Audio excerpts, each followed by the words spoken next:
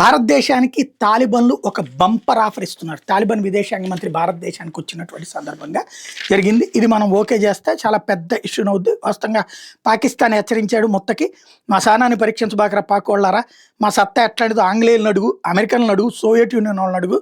అంటే బ్రిటిష్ వాళ్ళని కొట్టారు, వాళ్ళు రష్యా వాళ్ళని కొట్టారు, అమెరికా వాళ్ళని కొట్టారు, నాటో వాళ్ళని కూడా అడుగు. ఎందుకంటే అప్పుడు బిన్ లాడెన్ ఇష్యూ అప్పుడు నాటో వాళ్ళు కూడా అక్కడ యుద్ధం చేశారు. మా దెబ్బ ఎట్లా ఉంటుందో చెప్తారు, ఎక్కువ చేయాలని చూస్తే మక్కిలు ఎరగొట్టి ఎవరు కొడతామని చెప్తున్నారు. అది ఒక ఎత్తు అయితే భారత్తో స్నేహం కొనసాగిస్తామని చెప్తున్నారు. భారతదేశంకి సంబంధించి ఏదైతే ఖనిజాలని తమ దేశంలో ఆఫ్ఘనిస్తాన్లోని ఖనిజాల ఇంధనాన్ని అన్వేషించమని చెప్పి వాళ్ళు భారతదేశాన్ని అడుగుతున్నారు.